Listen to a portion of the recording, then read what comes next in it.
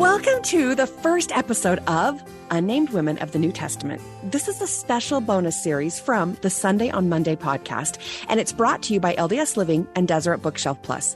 The Sunday on Monday podcast is a Come Follow Me podcast. It's where we take the Come Follow Me lesson for the week and we really dig into the scriptures together. So if you want to know more about the podcast, click in the link in our description, or you can go to deseretbook.com/Sunday on Monday.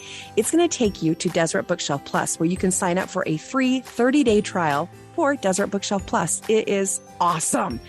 Now, here's my favorite thing about the podcast and this bonus series.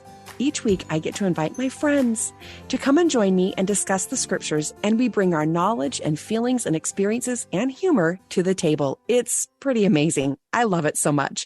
And today, I am so excited to introduce you to my friend, Camille Frank Olson. Hello, Camille. Hello. Here we are. Okay, are you ready to do this? Yes, very much. Listen, everybody, the reason I invited Camille, and for the record, she will be with us all year for every episode of Unnamed Women of the New Testament, because Camille has paid the price to know about these women.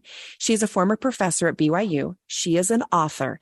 She has authored 2 books that I always recommend. You cannot study the Old Testament without her book, Women of the Old Testament, and you cannot study the New Testament without her other book, Women of the New Testament. They are beautiful companions to these 2 books of scripture. But here's something really cool about Camille. Did you guys know she is the very first female scholar to create the Women in Scriptures class? Hello! That is the coolest! And Camille, tell us something really cool about this class. BYU Hawaii and BYU Idaho has made it part of their regular curriculum. Yes, as it should be. Kudos to BYU Hawaii and BYU Idaho. I love you guys. And Camille wrote the curriculum. That's what's so neat. So I cannot wait for what she has to share with us this year. And when we talked about the episodes that we're going to do, it was so fun to just work with her and get her insights. And we both agreed that in order to start the Unnamed Women of the New Testament series, we have to begin at the beginning. So we are going to dig into a very important and significant genealogy, and it's found in Matthew chapter 1. Now, if you have your scriptures, go to Matthew chapter 1. If you don't, you can follow along and then later go back and mark it. There are 2 genealogies in the New Testament. We're going to focus on Matthew chapter 1, verses 1 through 16. This is the legal descent of Jesus Christ. It's the line of Joseph. The second genealogy you can go and mark is found in Luke chapter 3. It's verses 23 through 38. This is Mary's genealogical line, or the Savior's natural descent. So I think that's really important for us to know. There's a legal descent and a natural descent that we want to be aware of in Scripture. So let's just jump into Matthew chapter 1. Okay, Camille, here we go. First of all, tell us in this genealogical line in verses 3, 5, and 6. Are the names of women. Why is it significant that women are even mentioned in this genealogical line?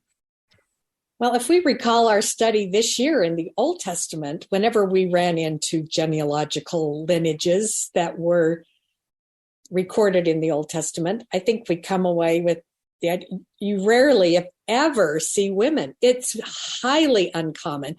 And especially when you think about the Gospel of Matthew, Matthew is the most Jewish of all of the Gospels, and women did not figure importantly in those kind of communications.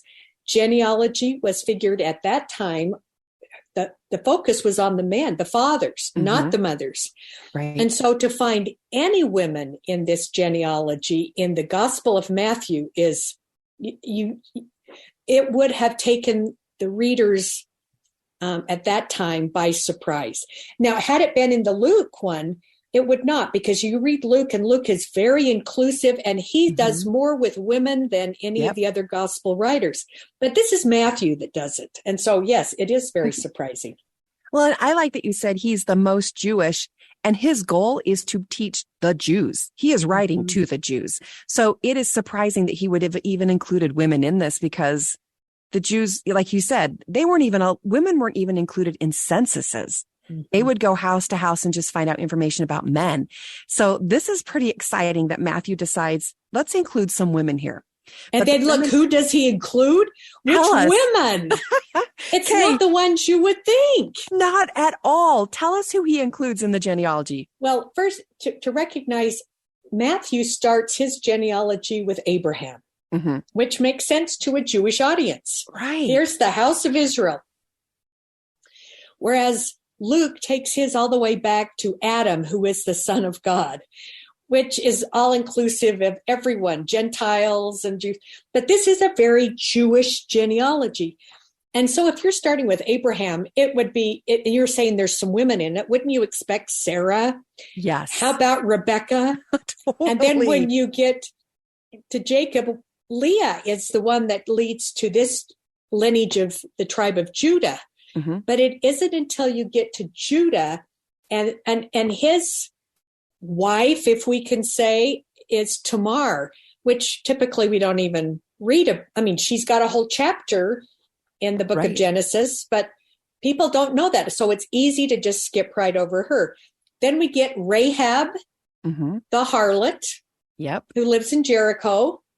And then we get Ruth, the Moabitess, in the book of Ruth. And finally, we get her who had been the wife of Uriah. We don't even get her name there, but if we know our Old Testament, we know who that is, because this is the one who has children, has the son Solomon, where this royal lineage continues. This is Bathsheba, isn't it? So those are and then it leads down to Mary. And if I could just add this, I think it's because in the wording, the way it is there, I would even like to argue, and we might not do it here, but this could be Mary's lineage as well. Because if Jesus is inheritor of the blood of David in the flesh, that just can't be Joseph. It has to be Mary as well. Oh, absolutely. Well, I like that you just said that, because it could be. One of the things we know is that the fathers that are named for Joseph were brothers. And so we always say they were cousins, but we don't know which father was which Mary or Joseph. So I think you are right. And I like the way you put that. And we also just have to recognize that for every man that's named in this genealogy, there's a wife. And so we have countless unnamed women in the genealogy of Jesus Christ. And I know I keep interrupting you, but go ahead. To this. I love this, Camille. I mean, there was one woman in the royal lineage that actually was queen of Judah, that was a descendant there, and she's not named. She was horrible. Remember Athaliah, the daughter of Ahab and Jezebel? Awful. She was the queen. She's not listed there. I guess you'd have to argue she wasn't literally in that lineage, but she married one who was, and killed all of her sons and grandsons so she could be the queen. But, so it's very pick and he chooses which people he's putting in this, doesn't he? He definitely does. He's not trying to do every single one who ruled in that line. No. And he's so specific with these women. And many people will say, oh, well, he chose these women because of their kind of sordid, salacious storyline that goes along with it. And a lot of people are like, well, why would he include those women if they were so bad or if they had a storyline? And one of the things I appreciated the most was in your book, you give 4 different reasons why they're included. I'm just going to mention these briefly. And if you have anything you want to add, please do. But one of the reasons was these women were obvious sinners in need of redemption. So that's one reason why these 4 women are named. The second reason, these women were not Israelites. The third reason, these women were accused of bearing illegitimate children, which I love that you debunk that one in your book for sure. And then the last one, these women were originally considered to have behaved scandalously, but were later recognized for their wisdom in preserving the Messiah's lineage. Now, I know which one holds true to me, but which one do you like the most? Well, I think you can debunk the first one too. If you needed someone in that lineage to show that there were sinners, you didn't need to bring in those women. There are some of those kings that are listed that are far worse.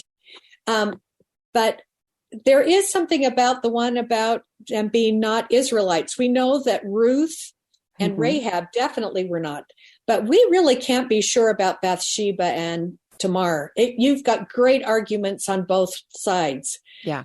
And if that's it, then it seems like Matthew wanted to explore the idea that, or just really reinforce that the gospel of Jesus Christ was not bound to only those directly born into that lineage, but that could expand to others.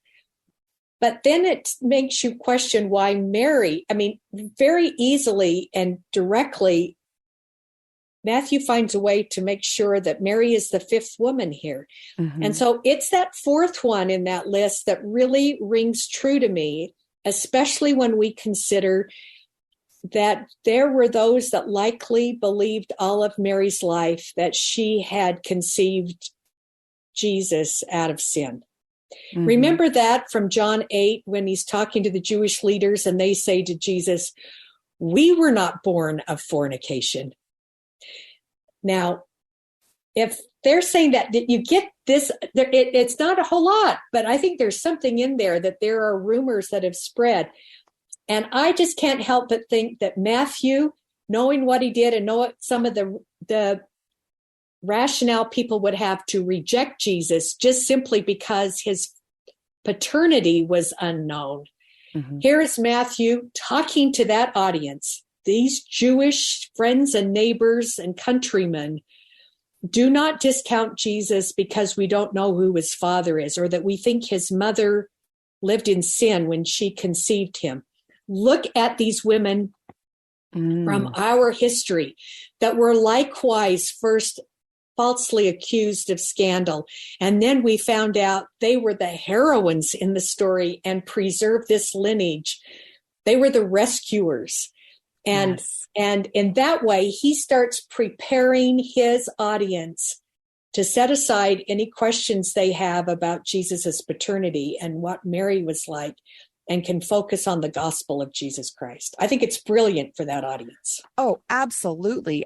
I mean, to set aside their biases, that is huge. And that is exactly what he's asking them to do. And I appreciate how in this last one that you use the word wisdom. He recognized their wisdom, the women's wisdom in preserving the Messiah's lineage. And so again, there's a bias that women weren't smart, that women weren't educated, that women didn't have a voice. And so he uses these four women. Oh boy, do their stories ever teach us so much. They are so wise. And so we're going to talk about their stories. And before we get into the stories of each one of these women, I want us to be thinking about this throughout the rest of our conversation, because in your book, Camille, I really appreciate that you said this about our study of these women. You said, studying these women requires us to give attention to these four women, their unique challenges, and their ultimate voices. Then you say this: such an exploration will add clarity to our understanding of Mary's foreordained mission as well as that of Jesus. Hopefully, their stories will encourage our own discipleship with the Lord. I want us to think about that. And we're going to answer that question at the end of this episode. How has these women's stories encouraged our discipleship with the Lord? And we're both going to answer that. And I want everyone to be thinking about that as you hear the stories of these four women. So let's do this. Let's talk about these four women. And we're going to start with Tamar. And you know what? Camille's going to teach us about her. But I do have to tell you this because you'll appreciate this story. So when I was a little girl, there was a very famous book that came out, and it was a book called Baby Names and What They Mean. And my friend brought it to school, and we were so excited to look up all of our names in this book. And I can remember going around, every girl looked up her name, and it was super exciting because, you know, we get to Sarah and it's princess. Amy meant beloved. Elizabeth was, oh, I like this one. Elizabeth means God is my oath. Oh, and then Tiffany was appearance of God. And the name Jeanette is God is gracious. So of course I'm so excited to find out what my name's going to mean. And I'm last, and the book comes to me and I'm like, oh my gosh, I can't wait to see what it means. And I look up Tamra, and it comes from Tamar, and it means palm tree. I was so deflated on that playground. I was nothing beautiful or princess. It was palm tree. But then my study of Tamar and my study of how significant a palm tree is and what it symbolizes makes me so grateful my name comes from her name. So with that little bit of a buildup, tell us about Tamar and what is her story? Oh, it is a fascinating story, mostly because what it does, how it affects Judah. Mm-hmm. Judah, the son of Jacob and Leah, the fourth son. And you have to remember, right before this, the chapter before, is when their brother Joseph comes to see them out in the fields, and they come up with the idea, let's put him in the pit. Then Reuben leaves. And then while Reuben is away, Judah comes up with this idea, mercenary mind that he had. Let's sell him to the Midianites that are coming by, and then we can tell our father that some animal killed him. Yep. That was Judah that did that. I mean, he is a pill, if the very, to say it kindly. And then after this, the next time we really see Judah alone, it is when they're trying to go to Egypt to try to get grain because there's a famine where their father is.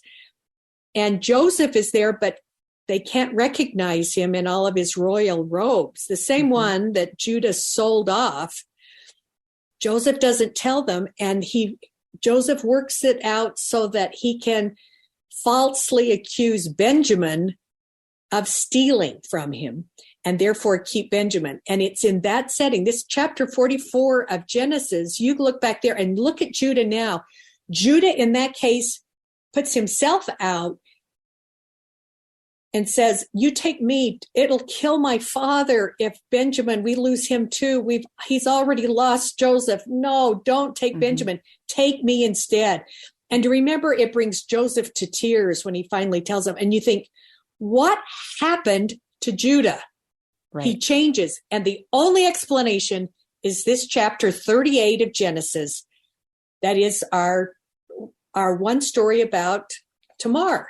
Mm-hmm. And it starts out that Judah went down, this is verse 1, went down from his brethren and turned into a certain Adulamite whose name was Hira, and Judah saw there a daughter of a certain Canaanite.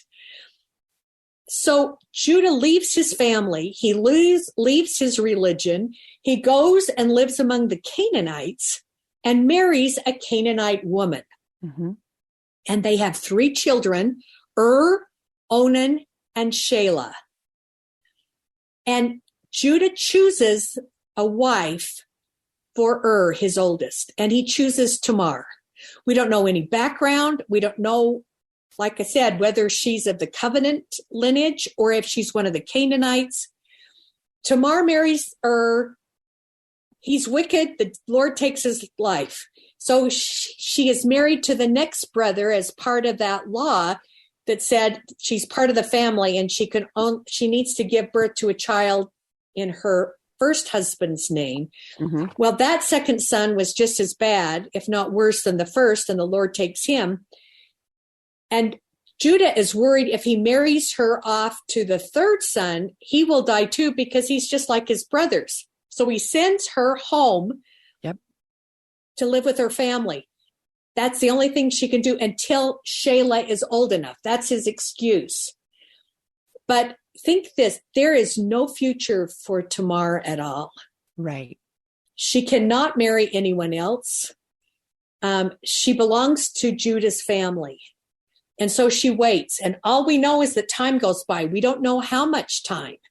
Well, and I think one of the things we've learned this last year is that women were a marginalized group of society, but the most marginalized and disenfranchised were widows, women without a husband. So when you say there was nothing Tamar, and without its son, there was no hope for Tamar. So she will be not taken care of.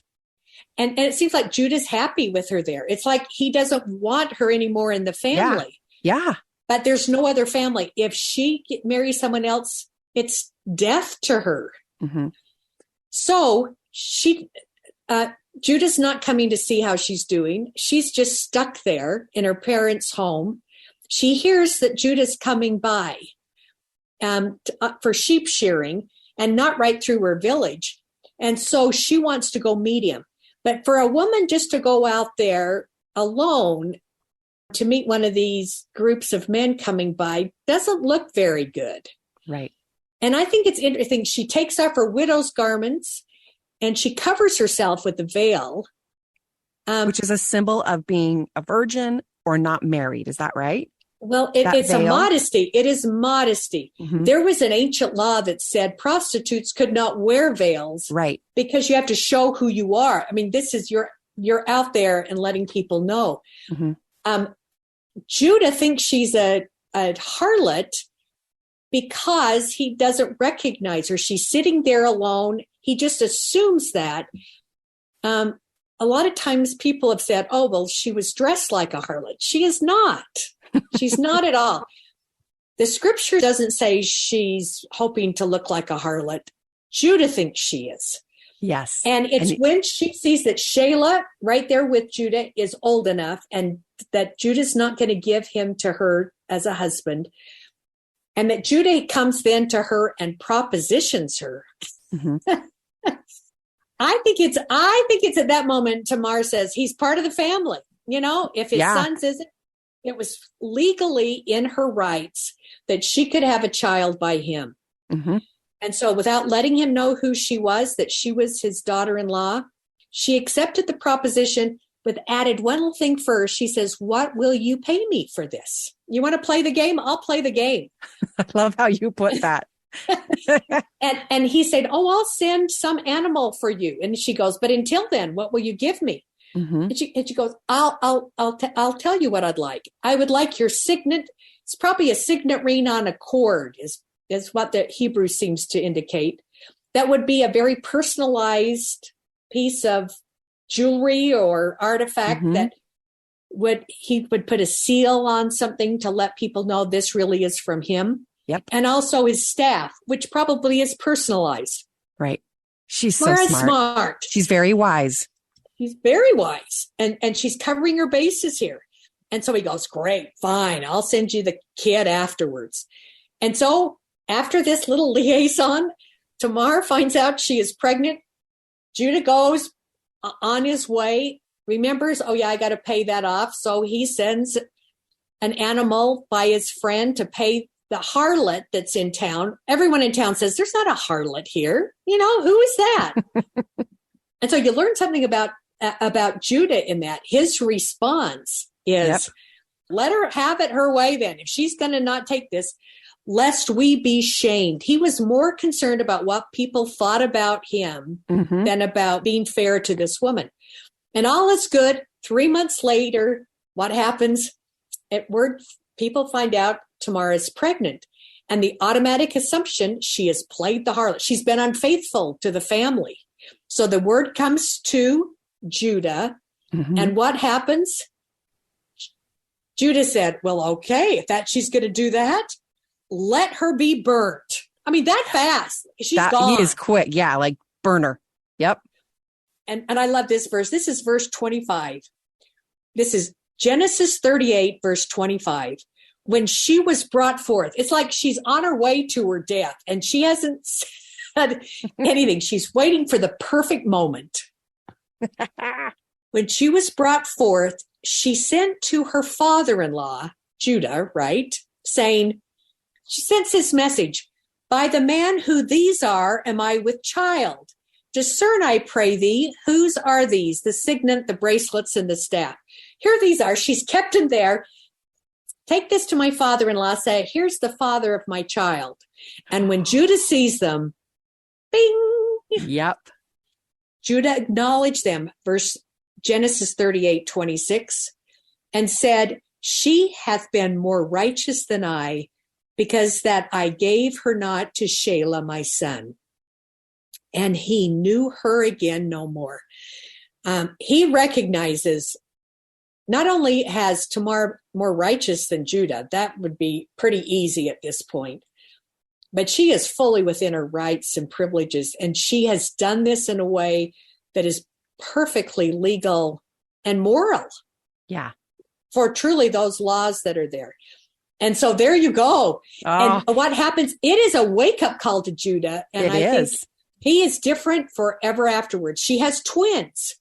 And I think it is interesting that you'll see that the number of people as they're coming into Egypt, Jacob's family, Shelah is listed, and these two sons of Tamar, I think Tamar's got to be there too. And then when afterwards they leave with Moses, And you see all those, the descendants of Shelah are there, and the descendants of these two boys are there.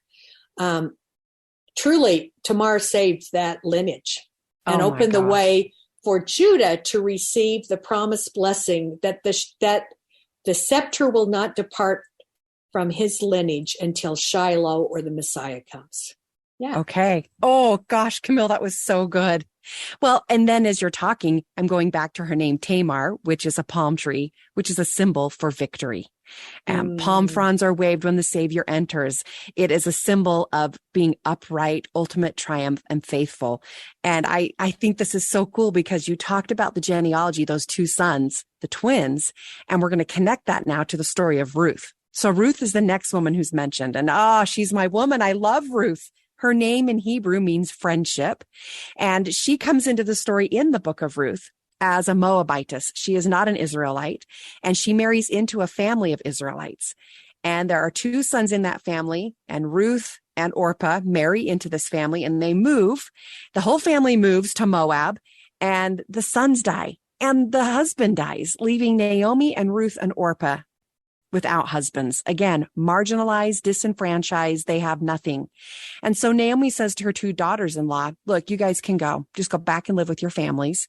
And Orpah does. But the awesome verse from Ruth where she says in Ruth chapter 1, verse 16, oh, it's so beautiful. Entreat me not to leave thee or return from following after thee. For whither thou goest, I will go, and where thou lodgest, I will lodge.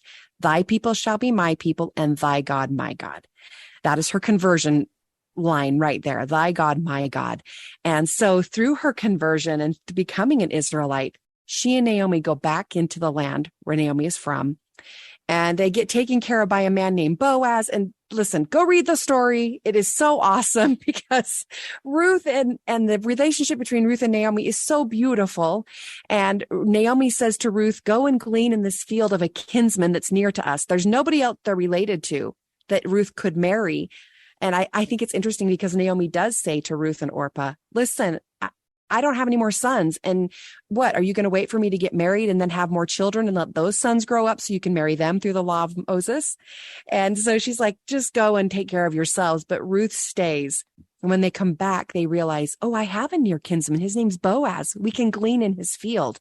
And there is an awesome law of Moses in Leviticus chapter 19, verses 9 through 10, is the law that allows for widows and fatherless to glean from the fields in the four corners. So Ruth goes and gleans and meets this man named Boaz. And you get this beautiful story, this beautiful relationship between the two of them, where ultimately then Boaz and Ruth will get married.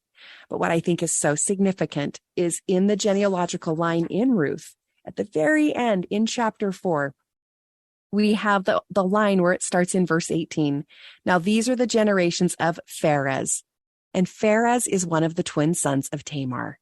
So here we get it plugged back in, and we have Pharez begat Hezron, Hezron begat Ram, Ram begat Amminadab, Amminadab begat Nahshon, and Nahshon begat Salmon, and Salmon begat Boaz, and Boaz begat Obed.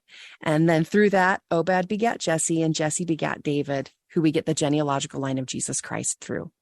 And so here we have this beautiful story of these two women who were so wise, Naomi and Ruth's wisdom in becoming converted, following her mother-in-law's advice.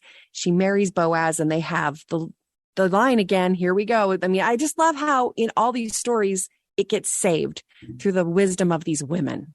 Anything else you want to add about Ruth? Well, one thing, if we go with that fourth theory of why these four women were included, that there was something irregular that could be perceived as scandalous. It seems Ruth doesn't fit that unless you say what happened on the threshing room floor. Right. And at least Boaz was concerned, as Ruth had gone there to meet him secretively at midnight, in the middle of the night, a lone woman among all these men. He was worried that if she were seen, people would come to conclusions about her own morality. And so he was very careful to try to keep her hidden until a time that she could leave without people seeing her. But there's something as far as the implication in here, perhaps by Matthew adding it. perhaps someone did, and perhaps there were those that did falsely accuse her of something there. But her story is one that we see, whatever was happened before or what people thought was rumored, she is seen as truly a great one that all the Israelites would be proud to be connected with as far as part of their people. So, well, and one of the things I thought was so awesome about her story is how often they use the word hesed. There is so much hesed throughout the book of Ruth, which connects with friendship, but we have studied hesed this past year with Old Testament, which is just this most incredible divine love, but it's like a reciprocal love where the Lord feels hesed for us, which is mercy, kindness, like it's everything. It's not just one feeling, but it's like a covenantal love that the Lord has for us because we're keeping our covenants. And there is this hesed throughout Ruth because of what she has done and what the Lord will do for her and what she does for people. And so it's really pretty phenomenal to me when we think of that word in conjunction with Ruth and in conjunction with Rahab, because that word is throughout Rahab. So Camille, tell us about Rahab. Okay, I'm in Joshua chapter 2, and then we're going to go over to Joshua chapter 6. Okay. Context, this is the children of Israel are ready to come into the promised land. Moses has been translated. Joshua's leading the people, and he sends a couple of Israelite spies into Jericho, the first city where they plan to first conquer and to spy out the land. And those two spies enter. We don't know how long they are there. And where they go, but they, at least the one place where they find success is at a harlot who is named Rahab, and her house is on the wall. Probably it was a walled city, Jericho, that had a double wall and homes that would have been right inside that wall. It was like an added barricade for the city. That you would have very wide walls and then people living there. It would be the more dangerous place, I guess, for people to live, and that not surprising maybe that Rahab would be there. And what we know about her, she's a Canaanite. She's a harlot. And I think we don't need to shy away from that. That's part of the story, and it's very important. And third, she has her own business. They're at this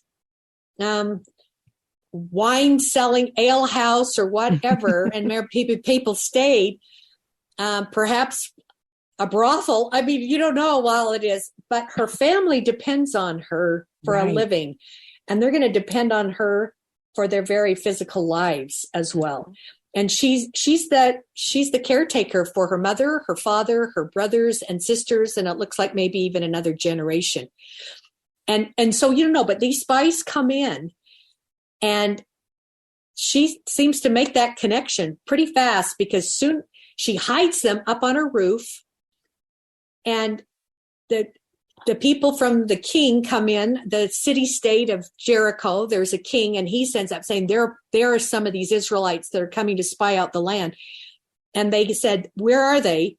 And that fast, she knows that they don't think she's very smart, that she can't come up with anything. She said, oh, yeah, they were here, but they left. If you go really fast, you can probably catch them, but go out the gate, because they were heading that way.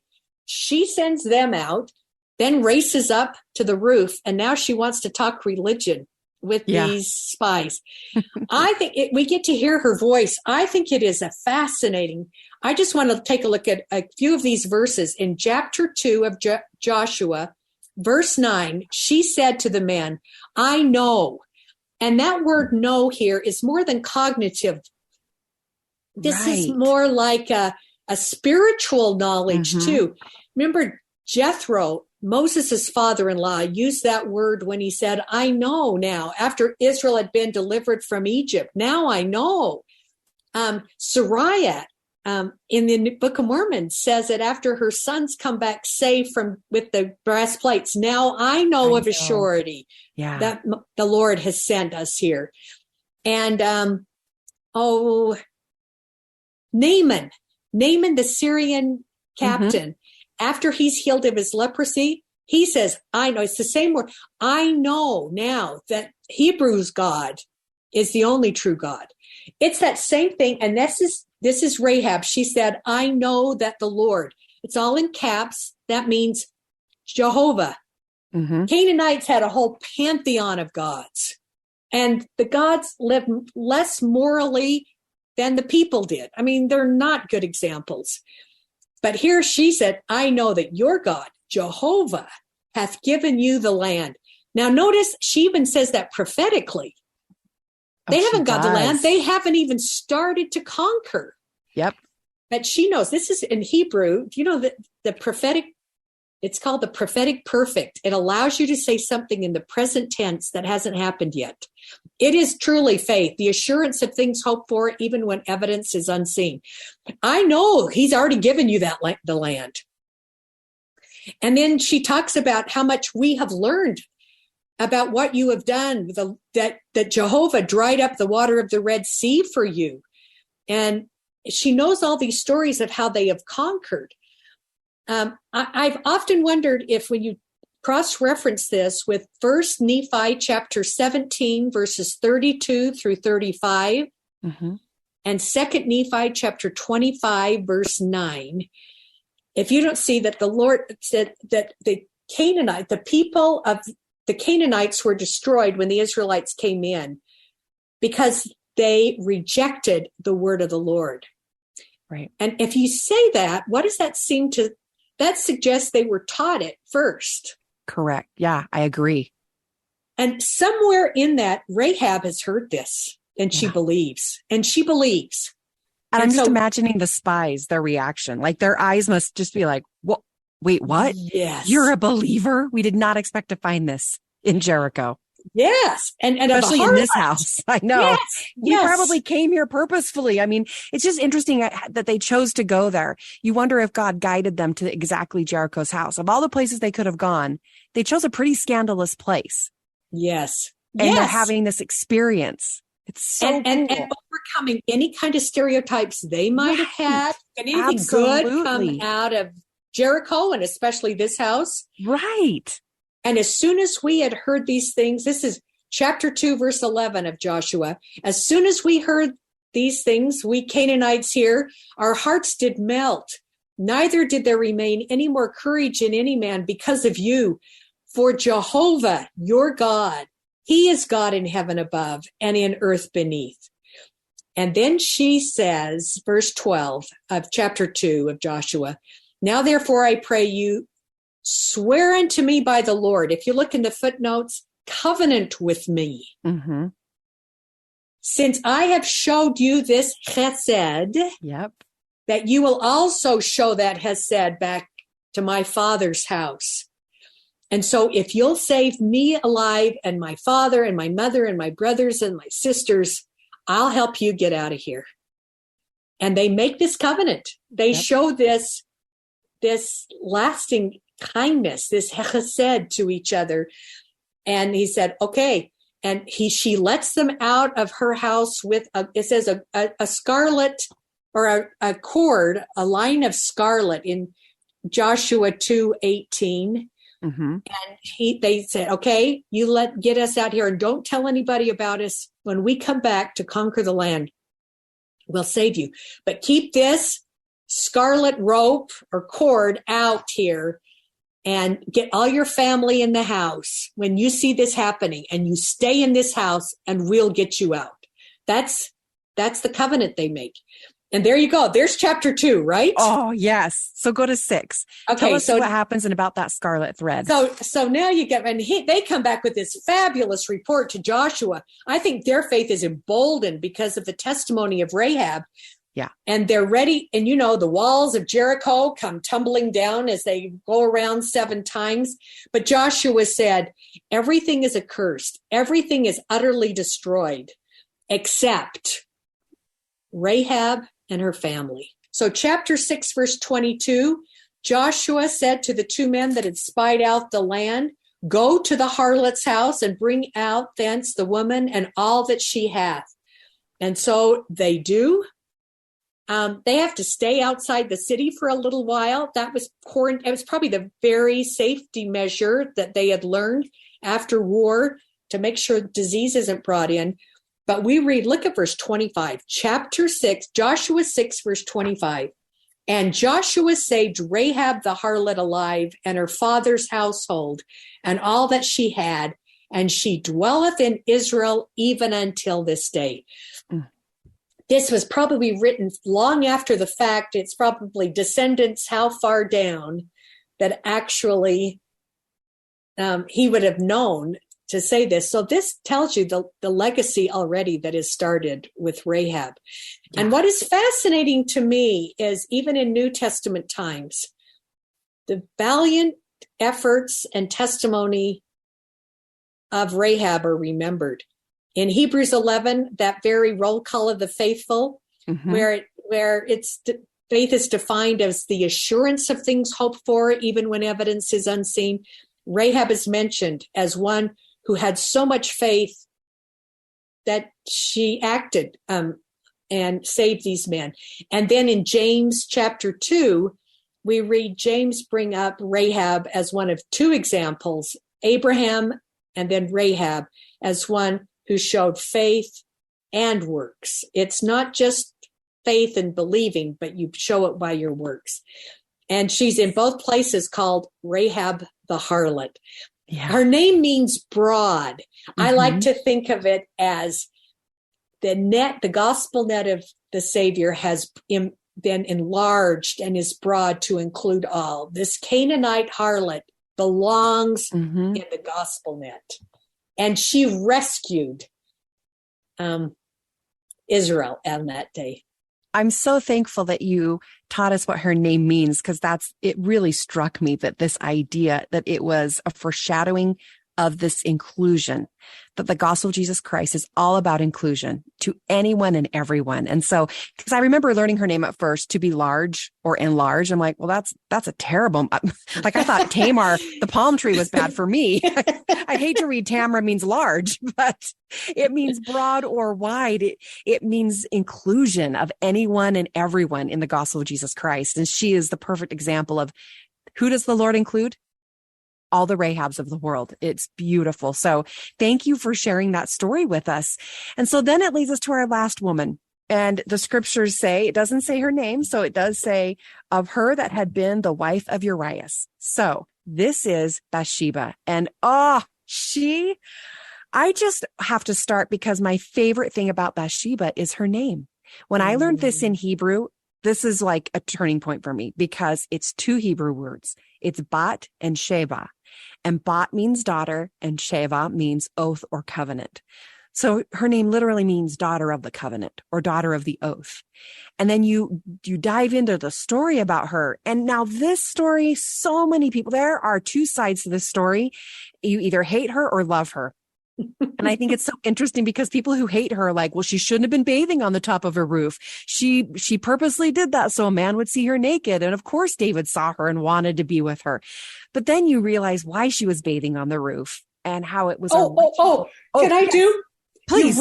You read it. Yes. You notice Bathsheba is never on the roof. The one that's on the roof is David. You're totally right. Duh. Yes. Tell us not. That. And you know where the palace is? Because the temple is built the highest point in Jerusalem. And so the city of David is all below. He's on his roof. He can see everything.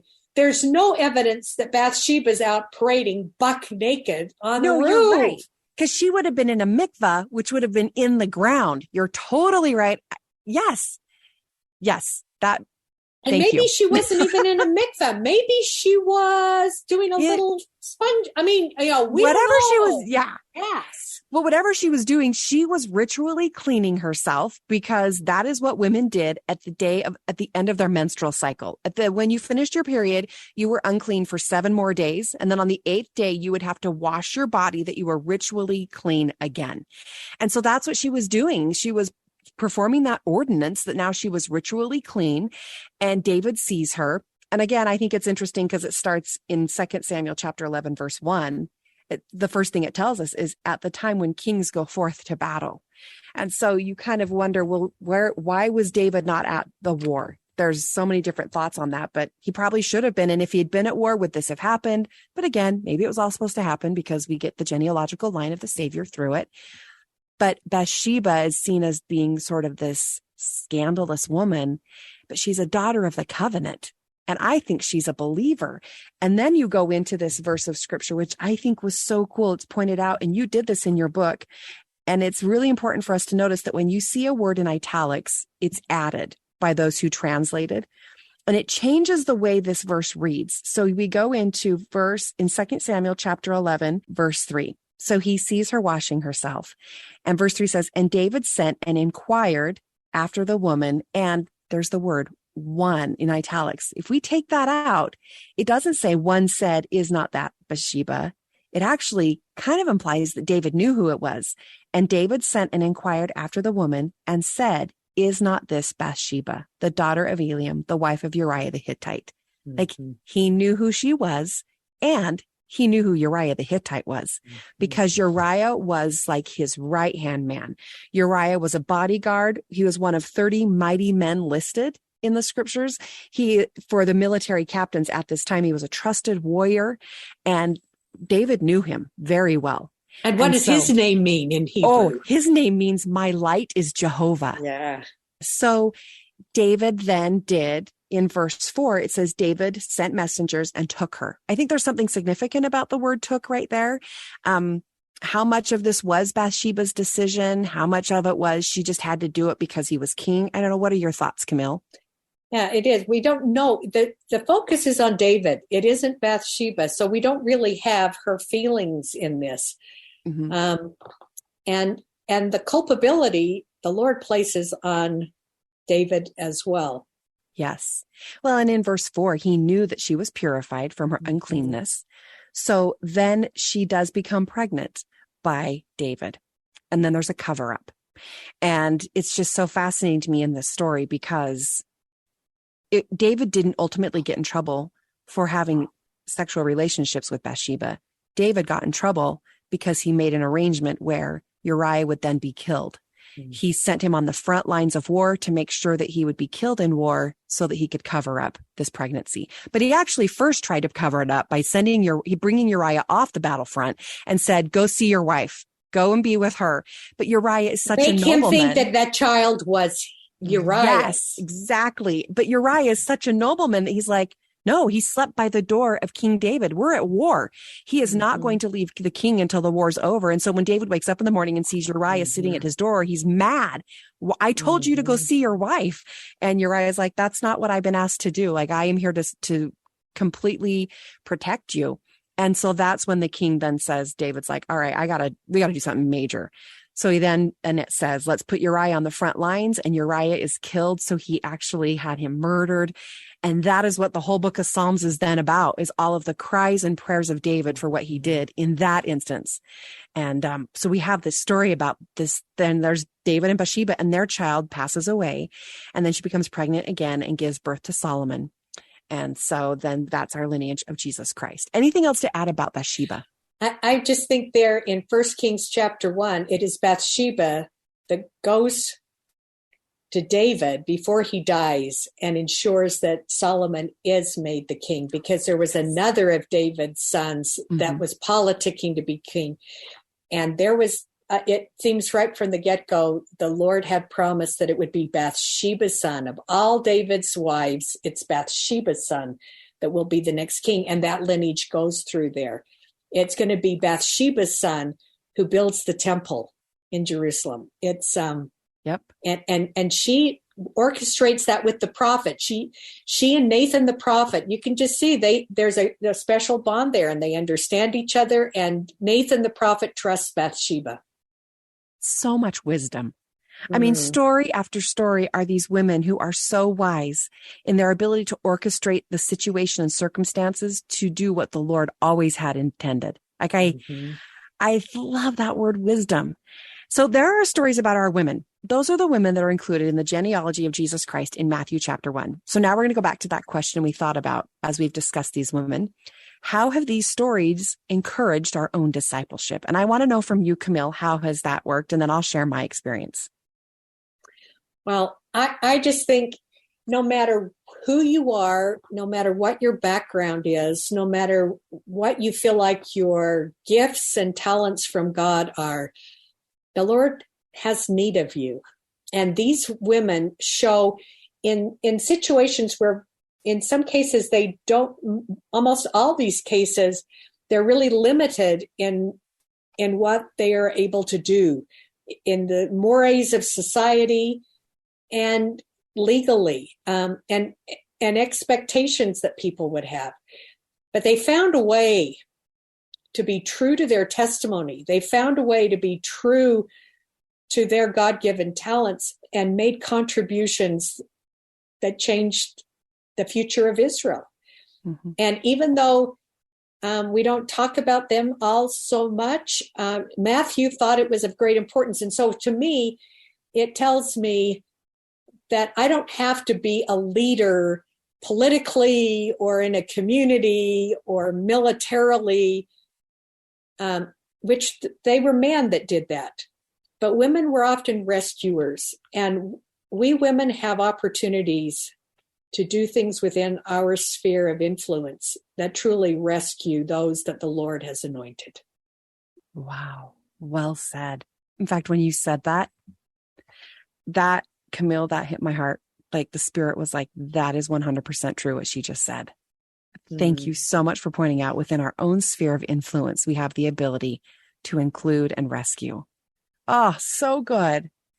My answer, how they have encouraged my discipleship, goes back to what their names mean. Like I was studying it, looking over again what their names mean. And I just thought, wow, we have victory, friendship, inclusion, and daughter of the covenant. And I thought, I can do that. I just thought that is what it means to be a follower of Christ, to be a daughter of the covenant, to have victory and friendship and inclusion. Yes, that is what I can do with my sphere of influence, with the people that I love, to be inclusive of everybody, to be their friends, to teach about the victory of Jesus Christ.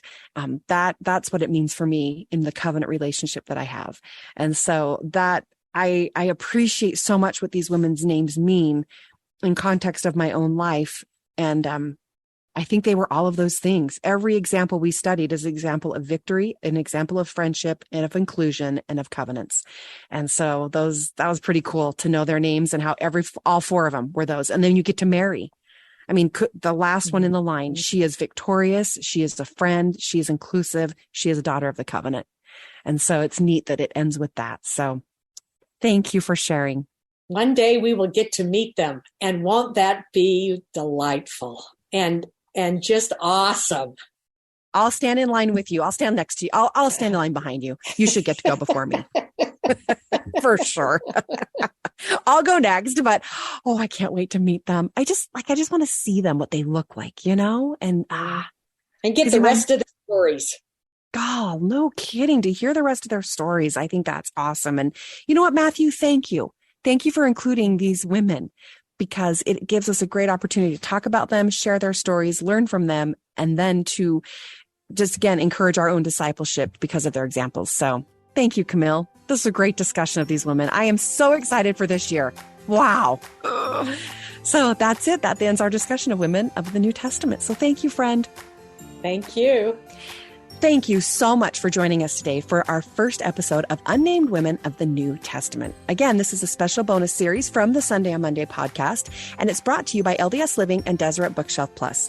The Sunday on Monday podcast is a Come Follow Me podcast where we take the Come Follow Me lesson for the week and we really dig into the scriptures together. If you want to know more information about this podcast, click in the link in our description or go to ldsliving.com/Sunday on Monday. You can also go to deseretbook.com/Sunday on Monday and sign up for a free 30-day trial of Deseret Bookshelf Plus, where you will find the podcast Sunday on Monday. This episode is produced by Cole Wissinger and me. It is edited by Haley Hyam, and it is recorded by Mixet 6 Studios. Our executive producer is Aaron Hallstrom. We'll see you next week, and please remember, all of you wise women and men, that you are God's favorite.